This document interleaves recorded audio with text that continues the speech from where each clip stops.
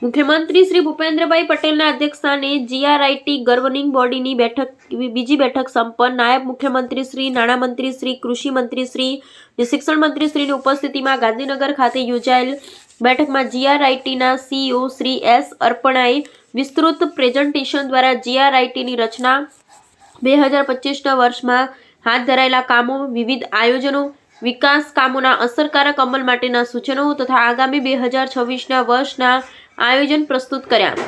તેમણે 2047 સુધીમાં રાજ્યની ઇકોનોમીને $4 ટ્રિલિયન પહોંચાડવા તથા 280 લાખ નવી રોજગારી સર્જન માટે રિજિયોનલ ઇકોનોમિક માસ્ટર પ્લાનની તૈયારીઓના આયોજનની વિગતો આપી.